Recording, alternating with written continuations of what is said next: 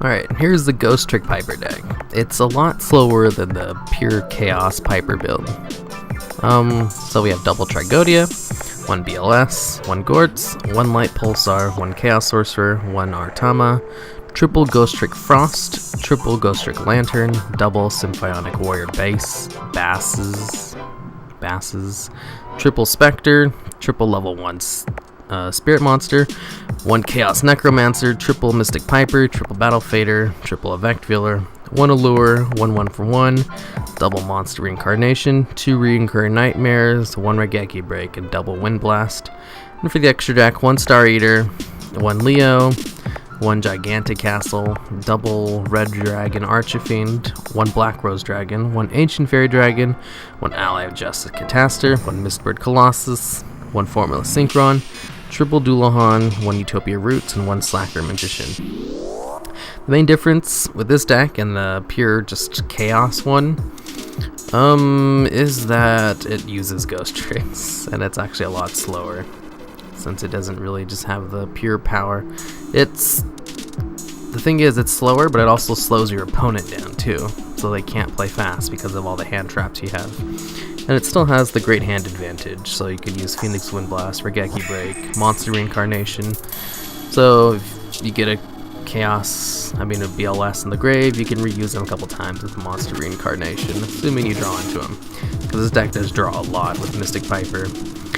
And you may have noticed there is no Jingishi, the level 3 Ghostrick Monarch, because it still has to fit with the theme of having a ton of level 1 monsters, so it only has a level 1 Ghostricks. So, Spectre, Frost, and Lantern, because Frost is like a Book of the Moon. Frost is really good.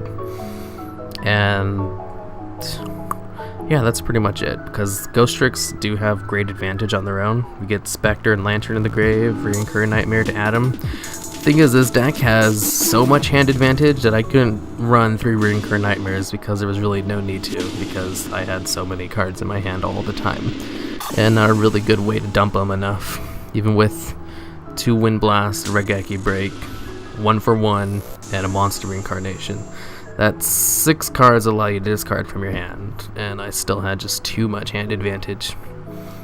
And yeah, so same thing with the Chaos Piper deck is you go for BLS or Chaos Sorcerer and Synchro Summons with Symphonic Warrior bases, but since you also have a bunch of Ghost Tricks, you can go a little bit more aggressive with Duelingnetwork, because Duelingnetwork actually allows you to attack outside of having Synchro Monsters and BLS or Chaos Sorcerer, or a buffed up Tragodia. I always forget about that. So it has a couple things the deck does. And the main thing it does is it stalls out very well with your Ghost Tricks and Battle Fader, while at the same time just drawing a crap ton of cards with Mystic Piper. Since more than half your deck is level 1 monsters, you have a very high chance of drawing 2 cards of this effect. And then you have all the really good cards that allow you to discard and gain cards from the grave, or just screw up your opponent with a Regeki Break or Phoenix Wind Blast.